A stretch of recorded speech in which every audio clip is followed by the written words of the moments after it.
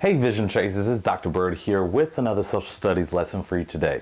Thank you so much for watching. Today's lesson is another one of those lessons that it's going to be a little bit difficult. There's some images in here that you may be sensitive to, so I'm warning you ahead of time.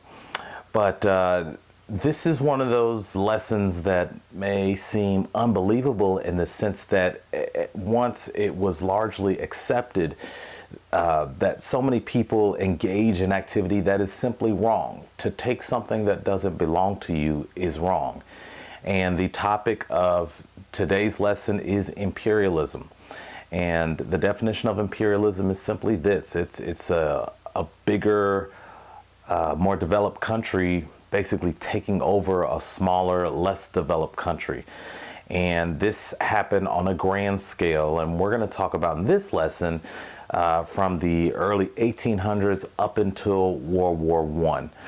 And so with that being said, what I'm going to do in order to really break this down and help you to understand how all of this was happening around the world, and many developed countries were engaging in these activities, I'm going to break this down for you into an acronym, much like I've done in many of my videos. So this is the acronym. The acronym is PEER with an extra E. So it's going to be P-E-E-R. And quite simply, what this is going to do is this is going to help give you the overview, help you give you an understanding of what imperialism was and what were some of the motivations for engaging in imperialism. Well, with that foundation being laid, let's get started. So I told you before I was going to give you the acronym PEER, so I think it's appropriate that we start with P. And the P in PEER stands for pride. Stands for pride.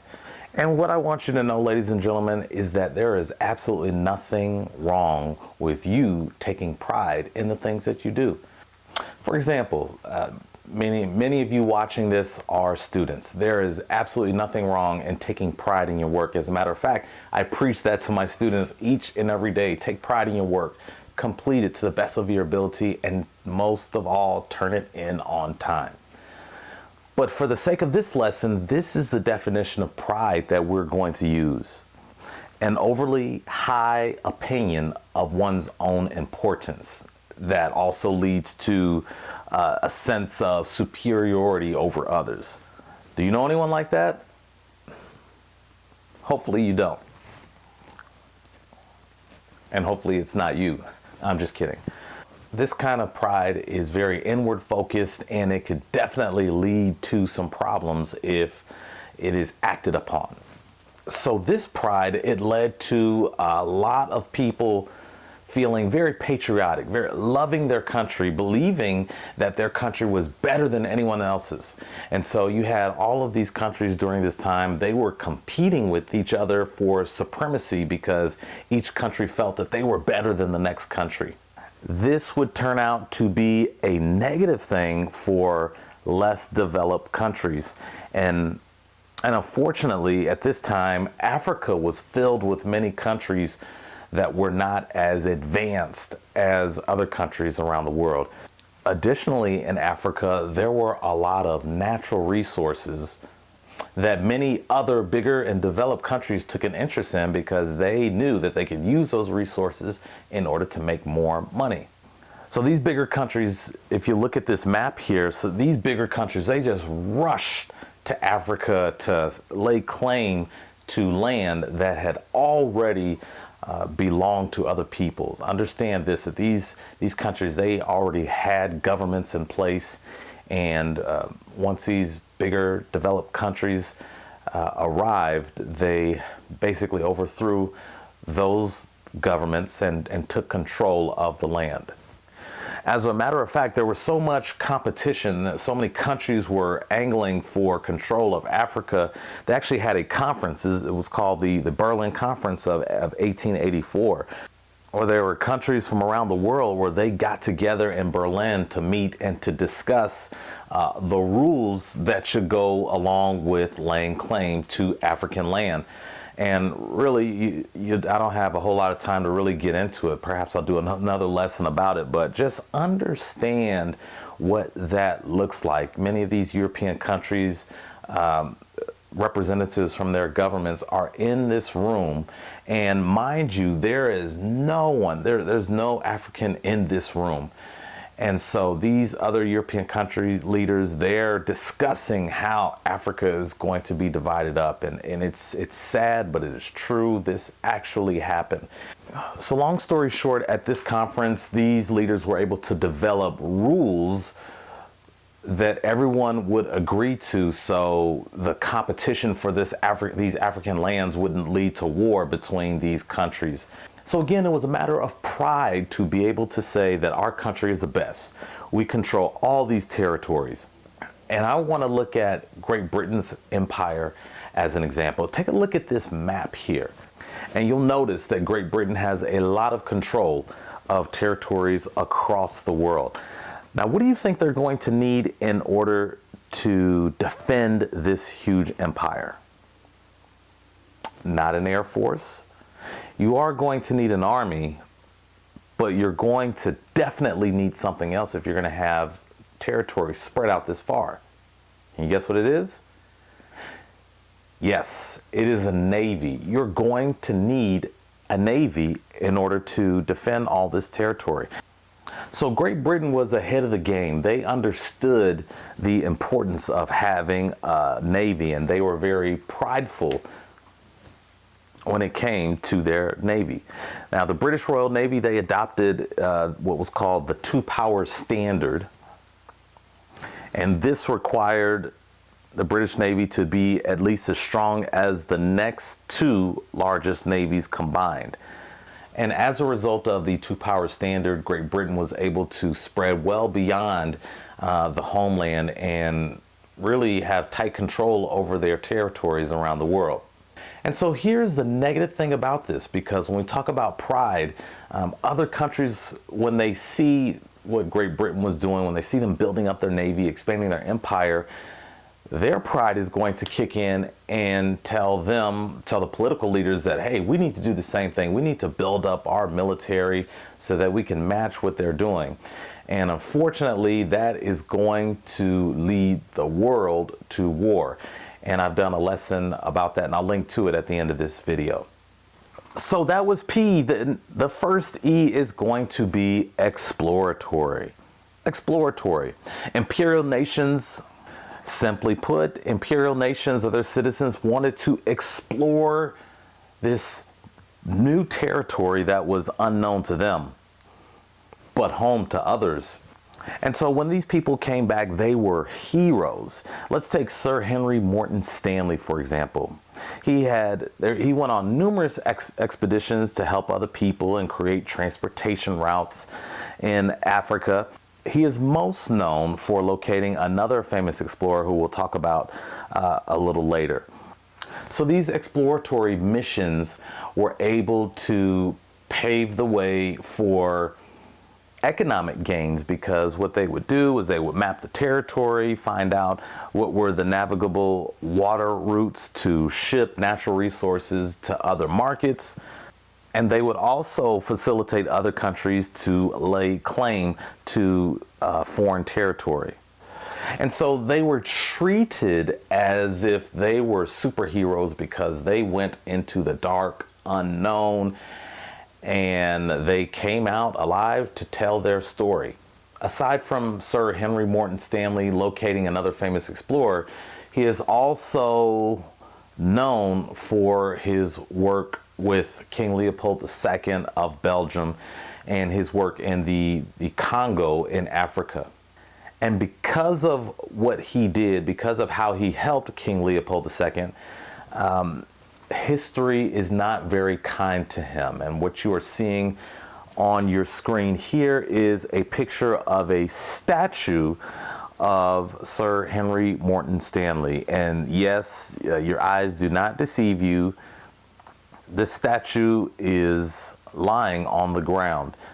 And later we're going to get into exactly what was done under the authority of King Leopold II.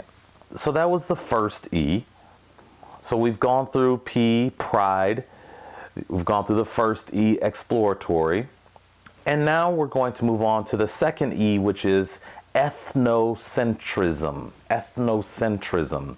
There's an ism. And this is closely related to pride because it means a belief in the superiority over another group or culture. And unfortunately, many imperial nations, they believe that their cultural values and their beliefs were better than other nations or groups. And they would also use the concept of social Darwinism to back up their philosophy. And social Darwinism very quickly is the belief that only the strong survive. And they also believe that God had a little bit to do with it as well. For example, many Africans were referred to as sinners, as devils, as not of God. And so with social Darwinism, white people believed that they were destined to survive, they were destined to rule, and they were also destined to help these people of Africa who were less than. And they would use ethnocentrism to justify their heavy-handed actions. For example, India is a prime example. And when the British occupied India, their treatment of the native people in India is a great example of ethnocentrism, because the British believe that because these people are less than us, we can do whatever we want. We can treat them any way we desire. And on the flip side, there were people who believed that it was their duty to actually help these people and civilize them. And again, even though their motives were quote unquote good, they're still acting out of a racist belief. The last E represents the most popular reason that many countries engaged in imperialism, and that E stands for economic. Now, I'm not going to go into a lot of detail here about what an economy is, so I'm going to give you a very brief definition of what an economy is. And so here it is. An economy is simply the exchange of money for goods and services. And when a lot of people are able to participate in the economy, that is a good thing. So let's use a burger, for example. Many of you enjoy a good burger, I'm assuming. So let's say you like a good burger, and so you go to your favorite restaurant and you pay, let's say $5 for a burger. Now, some of you are saying, hey, that's a lot of money for a burger. I can go to some restaurant and get a burger for 70 cents. Well, in this example, we don't want mystery meat, so we want actual ground beef. All right, that's just a joke. That's just a joke. All the restaurants, they use legit ground beef. So anyways, I threw that out there so I don't get sued. So anyways, so let's say you pay $5 for your burger, right?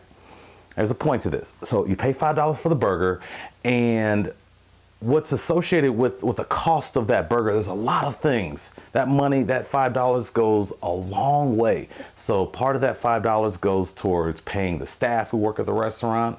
It also goes towards paying the monthly bills for the building that the restaurant is housed in. The electricity, water, gas, all those things. Part of that $5 goes to the farmers who were able to produce the products that go into making that burger. Part of that money goes to the distributors who were the ones who transported those resources to a place so the restaurant could ship those materials from. So there is that $5 that you pay for the burger goes a long way. And also, lastly, part of that $5, you know, when something is advertised as 99 cents and, you know, when you go to pay for it, it's $1 and some change. Well, that extra money, the extra change, that is called taxes. And so taxes go to either your local, state, or federal government, depending on what you buy. And that money goes to the government, and the government in turn uses that money to fund different things that you and I get to take advantage of. And so again, when a lot of people are participating in the economy, that's a good thing. And so the government really wants a lot of people participating in the economy. The government wants a lot of money exchanging hands. And so going back to this time, there were a lot of business owners who realized that they could do a lot of business and make a lot of money if they were able to engage in imperialism and open up new markets and gather resources from these other countries, especially at a decent price. So in a nutshell, Sir Henry Morton Stanley paved the way for King Leopold II to take over the Congo through his exploration work. Now, many people believe that King Leopold's intentions were very pure and that he was going to organize the Congo Free State. Now, that sounds really nice, but ultimately what we found was very, very, very disturbing. Under the authority of King Leopold II, many of the natives were basically enslaved to gather resources for King Leopold and put a lot of money in his pocket. And those natives who did not work or who did not work fast enough, they were punished, as you can see in some of these pictures here, and some of the worst ways. As you can see, everyone was affected. No one was exempted from the terror that King Leopold II allowed to be unleashed on these people. And many of you looking at these pictures, you would probably ask yourself, why in the world would these people allow this to go on? Why would these people do this? And again, we're talking about economic, we're talking about money, and definitely throughout history and even present day, people will do some very, very terrible things in order to earn money. And now this instance with King Leopold II is a very extreme instance, but many, many imperialists sought to expand their economy. And in many instances, what they did was they utilized cheap labor to access these natural resources. Because if you look at many businesses today, what you'll find is their largest expense is human labor. It costs. Workers must be paid a decent wage in return for their time and effort. Now, many of these imperialists decided that in order to maximize their profit, that they were not going to abide by that rule and pay their workers instead, because they felt that they were better than these people, that they were basically going to enslave them. So the R stands for religious. There were many people who simply wanted to spread the word of God to these other countries. And there were also some of these people who actually died for their efforts. So during this imperial expansion, religious people set out to convert new members to their religion. Now, mainly the religion that's spreading the most during this time is Christianity. Christian missionaries from Europe, for example, they would establish churches and conquer territories throughout the 19th century. Now, David Livingstone, a famous explorer, he traveled for that purpose, to spread the word of God. Now, here's the thing with history. Many times it's neither black nor white. And so definitely I said before that most of the reasons for missionaries, they were pure. They only wanted to help. But definitely there was a little imposition, because in order to teach the love of God, they had to teach it through English. And so there was a little bit of conversion. There was a little assimilation that the native peoples living in the conquered territories, they had to go through. So they had to learn English. They had to learn some of the Western cultures and values.